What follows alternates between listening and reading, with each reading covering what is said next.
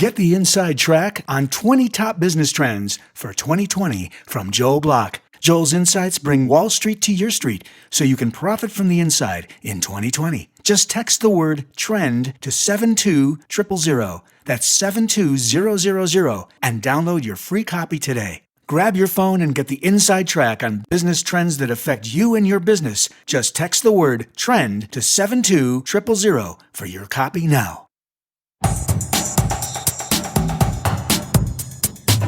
This is Profit from the Inside with Joel Block. Insights to give your business the inside track. And now, here's your host, Joel Block. How often do you wonder how you squeeze more efficiency out of your marketing and advertising spend? In other words, how do we generate even more leads for less money, driving our cost per lead down? To answer that question, Brad Smith. Brad, welcome to the show. Thanks, Joel. Looking forward to it. Hey, man. So this is like an age-old problem that companies have. They want to acquire their customers for the best price they can. It seems like the choices have gotten a little skinnier than they used to be, that there are less choices, and those choices are more money. So you've got some ideas, right? Yes, definitely. We're going to talk a lot about how to kind of compare those options and figure out like where it makes the most sense. Do you go like all the way back to the days of newspapers and magazines, or are we starting in the digital age? We're starting, I guess, around the cusp of the digital age. A long time ago, I worked with my dad's commercial real estate company. And at the time, it's still kind of like this, but at the time especially, it was very much old school. You make deals on the golf course and on the convention floor. And as like a college kid at the time, high school kid, and then college kid, that limits your options in terms of people taking you seriously and actually like getting any meaningful work out of that. So it was around the same time that we actually redeveloped my dad's website. And I started getting into all this stuff like SEO, which we'll get into more detail on, and started learning that this is actually kind of like a brand new way we could start growing the business outside of the old traditional method. So it was kind of like in that turning point, I guess. So when was that, around 2000 maybe? Yeah, exactly. I still think that the biggest deals are done on golf courses. It's what I do. People who are probably a little older than you, and it's just kind of how it happens. But so we're talking about, though, creating brand new relationships with prospects, not taking people on golf courses just yet. So that happens at a later time in the cycle. And, as a young guy, by the way, don't discount the value of doing that.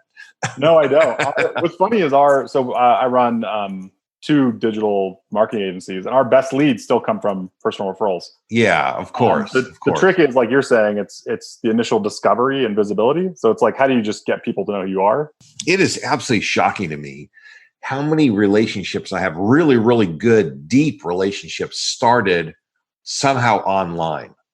That they started at either LinkedIn or some other place, totally online, and they over time have morphed into something that's very substantial. So let's talk about this. So we're talking about, companies that have advertising departments. They're out there putting stuff out there, and they may be moderately satisfied. Maybe they're buying Facebook ads, LinkedIn ads. They're trying to, build their databases. What's the big problem that companies are having when they're doing this? Is there like a single problem that you put your finger on, or they're doing everything wrong? They're doing the right things. There's 2 problems. There's external forces working against them. Number one is it's what's called the law of shitty click-through rates. That's the law of shitty click-through rates? Is that in the marketing textbook 101? Sure. That's the technical definition. Over time, your results from whatever method you're using are going to become less and less. And as a result of more people jumping into it, it's going to become a lot more expensive. So, perfect example. Why do they necessarily go down over time? Because it becomes a lot more commoditized and people stop paying attention. So, a perfect example is banner ads. When banner ads first came out 15 years ago, the click-through rate was extremely high. The average click-through rate on a banner ad today, in like a Facebook banner ad, for instance, is what? Like less than 1%? Yeah. So that's one problem. And then the other problem is the competition is getting savvier. So as more of your competitors start putting money into the same channel, the cost to compete just continues to rise. And so you kind of have these like opposing forces of you have these small windows of opportunity. And even if you look at things like LinkedIn's algorithm, especially in the last year or so, Facebook over the last 2-3 years, Instagram over the last 2-3 years. These companies are making it harder and harder and more expensive for you to actually reach your own fans, your own people anyway.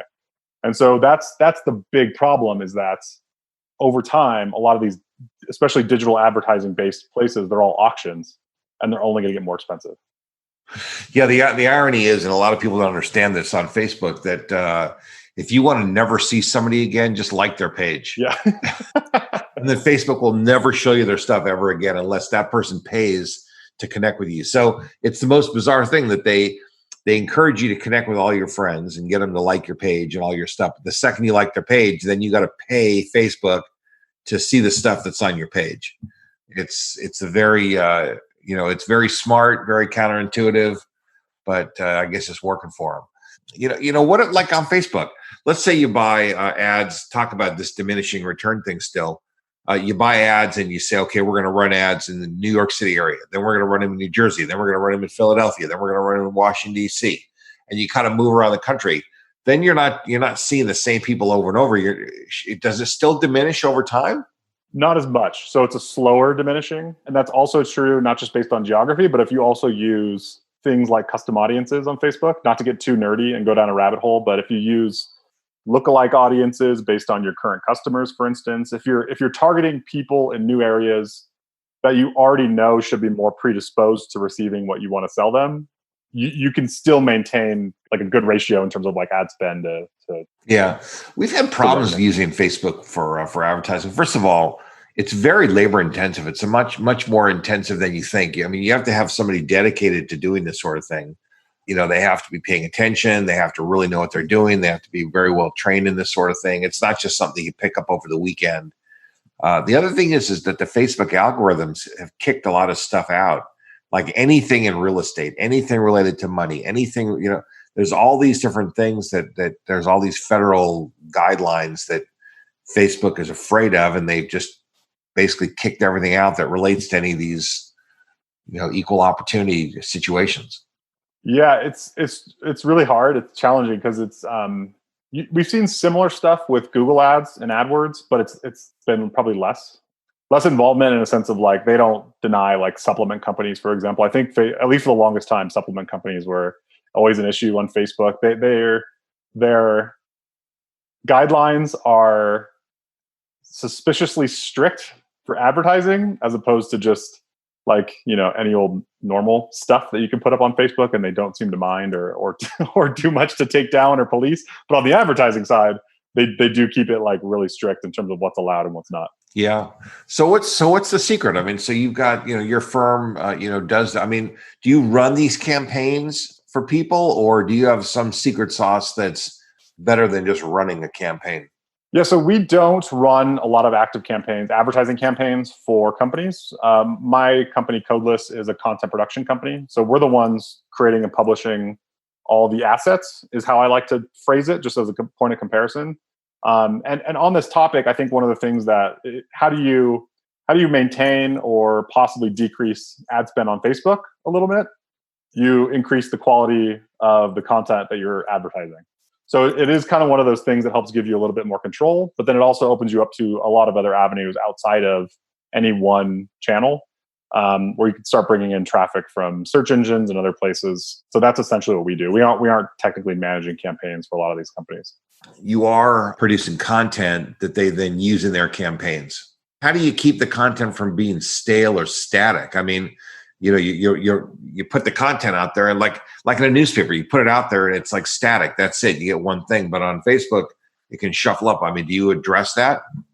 Yeah, for a lot of companies, we update the same content we're producing. So for example, for a lot of publishers online, we'll create like product reviews. As you could imagine, everything about a product changes over the course of a few months or a few years in terms of like a software product. So new features might come out. Pricing will change and fluctuate. All these different things happen. So what we'll do a lot of times is every 3 months, every 6 months, 12 months, we'll go through and re-review and actually update the existing content. And the value of that is you're leveraging both. You're keeping the original content on your site the same for search engines, but then you're updating it to maintain relevancy, and you're able to come out and promote it again, just like a brand new piece of content. And the search engines like refreshment, right? They like when it's new and relevant, so forth. They do. The trick is, how do you balance the two? Because they also prefer older established websites and content, but the actual stuff on the page needs to be refreshed and updated, like you're saying. So that's the trick, is constantly, how do you balance the two? How do you publish content around a certain space or around a certain topic that you know that your business is always going to be involved in, but then know that you're going to have to keep it fresh and keep it updated over time? Well, the other thing is that Google is changing its algorithm all the time. Yep. And they don't call you up and say, by the way, we're changing the algorithm. Here's the new thing. So how do you deal with that? We test a lot. And so this is where you can follow best practices to a degree. The good news is, despite Google constantly changing things, the macro goals and principles that we're shooting for are always the same. And that is, someone's searching for something. They have a specific question they're trying to answer. You want to present them with the best all-around answer to whatever that is. So as long as you keep optimizing for that, you should be okay in the long run. And in the short term, we test a lot. So you might change headlines, you might change how you use images or how you format a page. There's little variables that you can kind of like fluctuate and change and update, and then you watch and learn, basically. These companies like Facebook, Google, and the other big ones, they use a lot of artificial intelligence to really track and learn our behaviors, because they're keeping track of so many different data points. Is there artificial intelligence on our side that we can kind of get a sense about what they're doing? I mean, is it working in reverse? Yes. That's the good news, is that you can kind of fight fire with fire. So, for example, on Google, if you typed in, let's say you typed in like how to find a job in 2020 or during coronavirus or something, a lot of times you'll see little indicators on the actual search engine result page that tell you or help you understand what people are looking for when they search for that. So there'll be a little box that says "people also ask" when they say this initial keyword. And when you start clicking down those, and when you start looking at related searches, that starts to give you an idea of what Google thinks this person's searching for when they look for this. And so therefore you can factor that into like the content you're going to create. There's also new tools coming out. A couple of them are Market Muse is one of them, ClearScope's another, and there's a few more. And these are similar tools where they're basically taking one keyword and they're scanning all the content that currently ranks for that. And then they're trying to help you prioritize. These are the questions people are asking. These are the semantic keywords or like related topics that you should include. So they're trying to help bridge the gap between essentially what they're trying to replicate what search engines are doing, if that makes sense. So they're trying to help you understand, here's what we think Google is looking at and what they're valuing or not valuing. How important are keywords these days? I mean, are they like real important, or what do you think?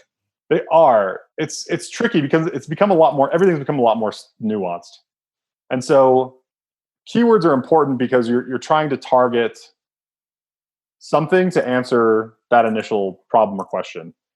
Where this becomes tricky or difficult is that in some cases, that article that you write, for instance, it might not just rank for one keyword. It might rank for like 5 closely related ones.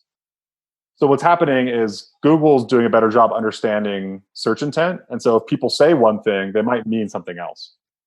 So they're doing better at understanding that. And then on the other side, on the flip side, companies need to do a better job of looking beyond the keyword and looking at other topics that this is involved in. So if we talk about where this gets tricky, for example, let's take engineer.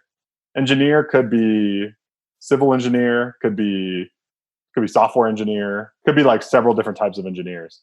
So then you have to like go down a step further, and the stuff that's going to be relevant to like a software engineer are going to be very different from like a civil engineer. And so each keyword then, or each sub keyword would have like its own basket of topics that you'd have to address. And so that's where things become a lot more complex today, is that there's a lot more nuance and fine lines and a lot less black and white, if that makes sense. Is there like a strategy you can share on keywords? I mean, what I notice is people do like hashtag went on a roller coaster at my favorite water park today. I mean, that doesn't seem to me like to be the intent of hashtags, or they'll say, hashtag went to the car dealership and got a blue car. That doesn't seem to be what hashtags are for. So could you just run through that for us? Yeah, definitely. The key to thinking about keywords and hashtags are to take a step back and better understand how you search for things without even thinking about it. So if I'm going to search for restaurants, for example, there's a couple different qualifiers I could use. It could be location. So it could be, and that could be down to like the city level, or it could be down to like the neighborhood level, or just one retail district versus another. So location is one. Type of restaurant or category could be another. Star rating or price point. So it could be like a nice 4-star French restaurant versus like In-N-Out hamburger place that's 1 star, or not, like one little pricing indicator. By the way, many places would give them a lot of stars. I think so too. I know. I would rate the star rating a lot higher. I was thinking of price. So price point is like one indicator.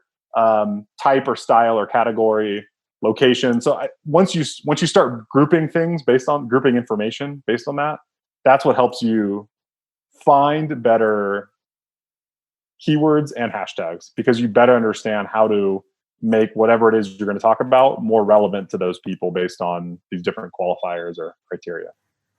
Well, it lets you find all the posts that have that same hashtag in it. Let's say it's hashtag In-N-Out Burger.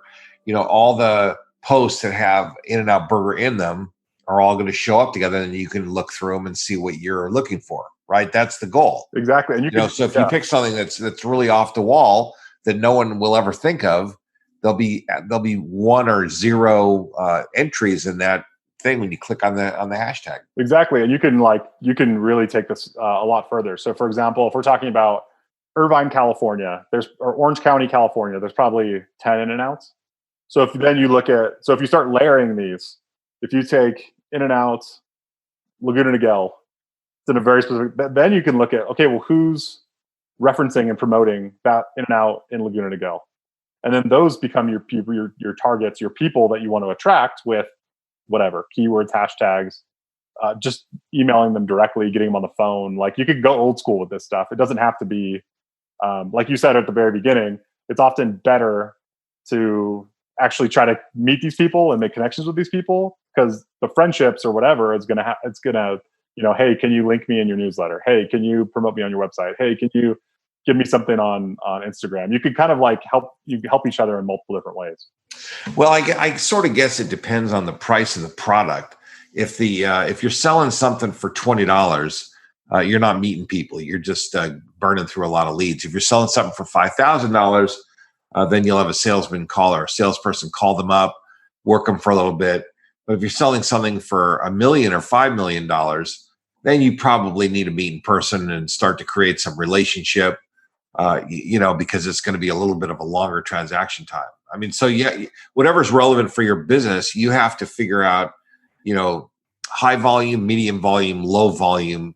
And as the volume goes up, so does it's the opposite about relationship building. Yeah, no, that's a really good distinction. I was also thinking of it.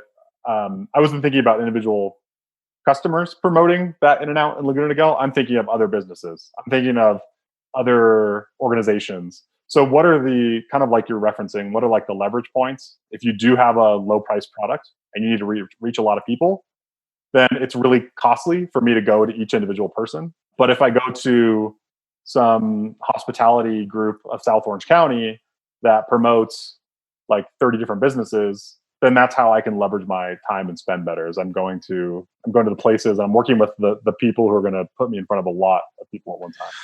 So whose job is it to put together those affiliate relationships? Is it the marketing manager in a company? Do they go to an agency that's already doing that sort of thing? I mean, how do you form those relationships? I mean, that's very labor intensive, and it's just not everybody's skill. No, it's not. It's different at different types of companies, for example.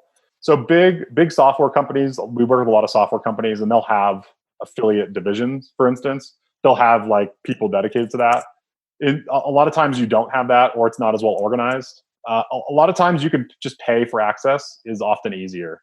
So if that means a consultant in a certain space, an agency in a certain space where they have like a very deep, black book of connections in a very particular like niche or vertical, or organizations too. So if that's where it might make sense to explore like all the different types of local associations and other things, where just paying for access is usually the easiest way. And so if you can sponsor a conference, and part of that sponsorship means you can speak in front of 100 restaurant executives or whoever, whatever audience you're trying to reach, a lot of times that's often the most direct route. Well, that's the main reason that a lot of people sponsor conferences, is so that they can put their message into the audience in an effective way. So let's talk about this. There are some very sophisticated methods that companies are using. One of my favorite ones that I've never used it, but I've heard people talk about this, called geofencing. And I was listening to a podcast last night where Uber was doing some tricky stuff in 2014. Some stuff that Apple didn't like. And Apple had the ability to turn off their access to the Apple Store, so that all their customers, where they get their app. And so what Uber did, and you got to give them credit for being smart. I mean, it was dirty, but it was smart. What they said was that we want this, we want to leave a little cookie in everybody's phone, even if they take the app off, so we can keep track of them or whatever they're doing. But if anybody who falls in this zip code, which is where Apple's headquarters was, is treated differently than the rest of the country. So Apple wasn't ever able to replicate the problem, and so it took a long time for them to figure this out. That people would call in, so something's going weird, and Apple couldn't figure it out. And but how do companies use this geofencing concept? Because I have heard that it is really, really cool. Yeah, it's like, so I mean, it's still done this way, but back in the day, TV, radio, you just kind of blanket a zip code without real insight as to like who's coming in or out of that zip code, or like demographics, but that's pretty much it. You don't know like psychographics. You don't have a lot of like insight. You're just kind of saying, okay, we're just going to blanket these areas and hope that sales go up. And if sales go up and there's a correlation, then we win. So social, mobile, all these things allow you to do that, but like on steroids. So now you're really able to track when someone comes in or out of a zip code, for instance. You're able to get a lot more nuanced in terms of like neighborhoods within a zip code, and proximity too. So if you're within X amount of miles of a specific location, you can also target different things too, target different ads. And so to be honest, a lot of these major platforms have a lot of this type of advertising already.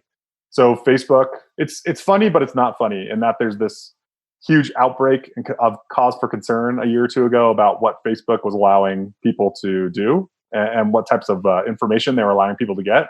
But you can pay for a lot of that same stuff, today. You can pay to target people within these very tightly defined areas and based on really specific information about individuals, purchasing patterns, all that kind of stuff. This whole show is about the inside track, the best, smartest, fastest ways to get things done. And you're absolutely sharing the inside track. I mean, these are a lot of the things that happen behind the curtain that most of us don't know. One of the coolest things that I've heard people talk about this concept of geofencing is, let's say there's a software conference in New York City at Javits, let's just say, and a huge conference of some kind. And you're a software and you're like some supplier, but you didn't go to the conference. You can place your ad and just have it go to Javits, people who are at Javits Center. And so those people are seeing your ad every 30 seconds. They're going, my God, these people are blanketing the whole place. But only the people at Javits are actually seeing it. I mean, is that working? I mean, that to me, it's too smart for words. I mean, to me, it seems pretty extraordinary. Yeah, it is working, and especially when you can combine it with other stuff. So they can also see, for instance, you can not only control that location portion, but you can also say, look, if someone happens to be in this area, but they're not in the software industry, or they don't work for like a Fortune 100 or something, don't show them the ad. So you could start layering a lot of these different things into one campaign and get super specific to who you're targeting.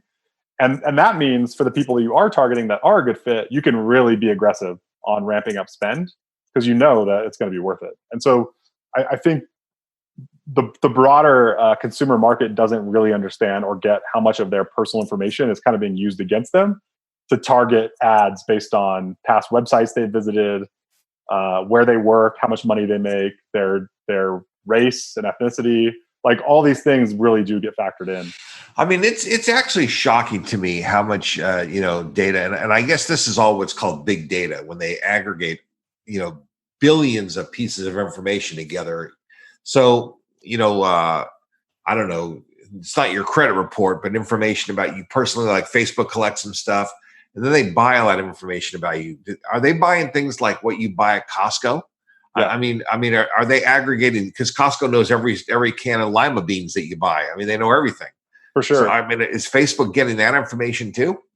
Yeah, a lot of big companies are buying and like collating all this data. So Target, for instance, will send you like direct mail based on like what you just purchased. And so one of the infamous examples is if you're buying like pregnancy tests at Target, then they'll send you direct mail about like formula and diapers and all this other stuff that they know you're going to need based on like what you actually purchased. And so the same thing happens if they know you live in a specific zip code where your average income is higher, then I don't know, maybe they're gonna send you the high end diapers, the honest, expensive diapers, not the cheap commoditized like brand name diapers. And so again, like all this stuff is happening and is getting factored into the stuff that people are seeing on a daily basis and then even realize why or where it's coming from or how it's relevant. Well, you certainly have to give these guys credit for being smart. I'll tell you that. I mean, it's quite invasive and it's kind of disturbing, but you have to take a step back and say, "Wow, these people are really smart." So, what are some things that middle-sized companies, are these 20, 50, $100 million companies? What can they do? Which of these applications, can they use to their advantage? Yeah, and it's tough because in an ideal world, you need to understand how they all work together.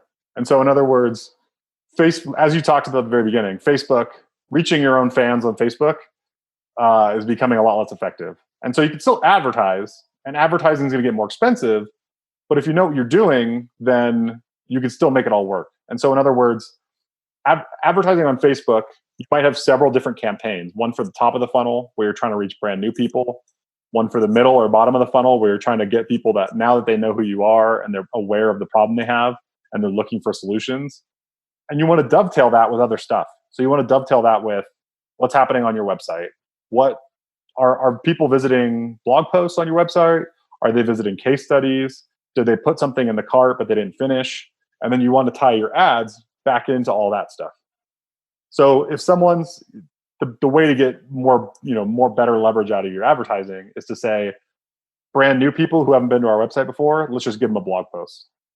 If they've been to our website and they've looked at a case study page, then let's send them a product sale offer. If they've been to the product and they've added to their cart, but they haven't completed the purchase, then let's send them really targeted sales messaging around that product. And maybe it's expiring. Maybe the price is going to go up next week if they don't purchase. Most companies cannot do this internally. What you're talking about, you don't just wake up in the morning and come up with these kinds of campaigns and figure out what to do. I mean, these are highly specialized people that are probably with agencies. Is that kind of the bottom line? Is that, if you want to be in the game, you got to hire people that know what they're doing? Yeah, it is. So, I mean, to a degree, yeah. I think that the problem will always be you need experts. You need subject matter experts in this stuff because, for instance, SEO used to mean one thing, and today it means something else. So 15 years ago, SEO was fairly straightforward and easy. Today, it's really complex. And so there's local SEO, there's technical SEO, there's on-page, there's off-page, like link building, content. So there's all these like various facets now. And the problem that I would see for most companies is that you need to understand where the problem lies.